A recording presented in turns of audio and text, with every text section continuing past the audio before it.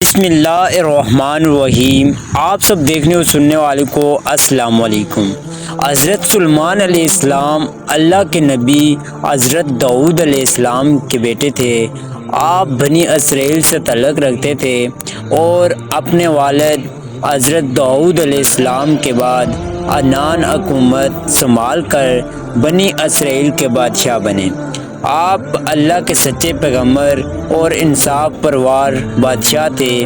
اللہ تعالیٰ نے انہیں عفت اقلیم کی بادشاہت عطا فرمائی اور وہ صرف انسانوں کے ہی نہیں بلکہ تمام مخلوقات کے بادشاہ تھے۔ چرند پرند اور جنات وغیرہ سب ان کے تابع فرمان تھے۔ اللہ تعالیٰ نے حضرت سلیمان علیہ السلام کو جناح وسیع و عریض ملک عطا کیا۔ ایسا کسی جن و بشر کو نہیں دیا جن کے باوجود حضرت سلیمان علیہ السلام میں ذرا بھر بھی تکبر نہ تھا۔ وہ اپنے اخراجات کے لیے شاہی خزانے سے ایک پیسہ تک نہ لیتے تھے اور اپنے ہاتھ سے زنبیل سی کر اور فروخت کر کے گزارا اوقات کیا کرتے تھے۔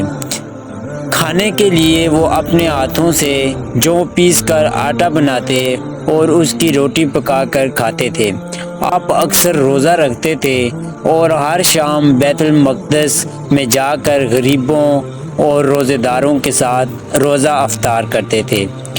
بادشاہ بننے کے بعد آپ نے ایک نہایت عالیشان اور پرتکلیف مقام بنایا جس کا رقبہ 36 کوس تھا۔ اس مکان کو سونے چاندی کی اینٹوں سے بنایا گیا جس کی دیواروں اور چھتوں پر یاقوت اور زمرد جڑے ہوئے تھے۔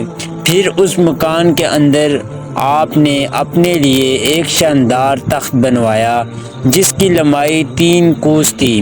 سارا تخت ہاتھی دان سے بنایا گیا تھا جو لال، فیروزہ، زمرد جیسے پتھروں سے مرصوع تھا اور اس کے چاروں طرف سونے کی اینٹیں لگی ہوئی تھیں۔ تخت کے چاروں کونوں پر ایسے درخت تھے جن کی ڈالیاں سونے کی تھیں۔ ہر ڈال پر ایک طوطی اور طوس بنا کر ان کے پیٹ کے اندر مشک بنا دیا گیا تھا۔ ان درختوں کے خوشے انگوروں کی ہر ڈال پر انگوروں کی طرح تھے۔ اس تخت کے نیچے اور دائیں بائیں 1000 سونے کی کرسیاں لگائی گئی تھیں جن پر لوگ بیٹھتے تھے۔ ان کے پیچھے جنہوں نے انسانوں میں سے غلام کھڑے کیے گئے تھے۔ یہ تخت جنات نے بنایا تھا جو آپ کی رعایا تھے۔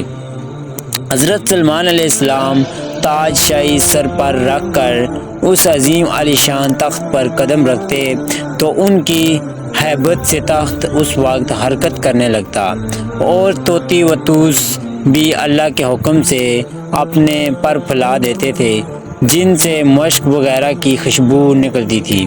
اللہ تعالیٰ کے فضل سے حضرت سلیمان علیہ السلام ہر جانور کی بولی اچھی طرح سمجھتے تھے۔ جب آپ تاج شاہی سر پر رکھتے تو تمام پرند تخت کے اوپر معلق ہو کر آپ کے سر پر سایہ کرتے تھے۔ جس مکان میں تخت سلیمانی تھا اس میں کئی محرابین تھیں جن عبدوس عہد لوگ بیٹھ کر عبادت الہی کیا کرتے تھے۔ حضرت سلیمان علیہ السلام ہمیشہ اللہ تعالیٰ کی ان نعمتوں کا شکر ادا کرتے اور ہر وقت اللہ تعالیٰ سے مناجات کرتے رہتے تھے۔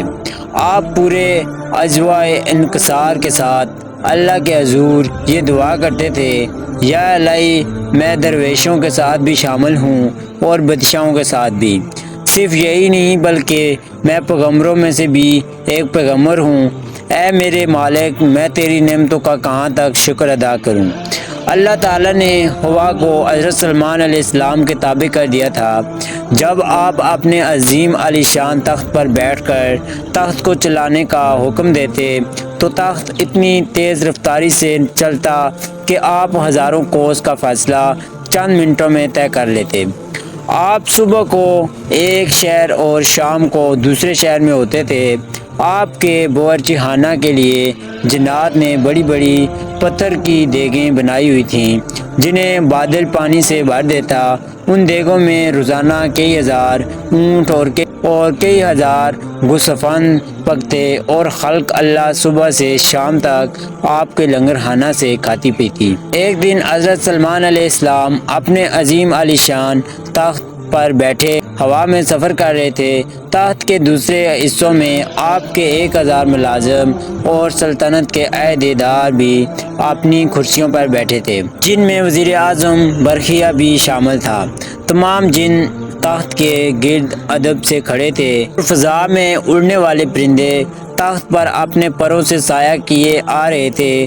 سفر کے دوران حضرت سلمان علیہ السلام کے کانوں میں فرشتوں کی آواز پڑی۔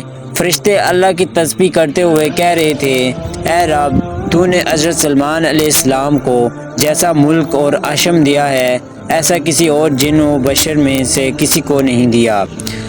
اس پر اللہ تعالیٰ نے فرمایا، اے فرشتوں، میں نے سلمان علیہ السلام کو عفت اقلیم کی بادشاہی عنایت کی ہے۔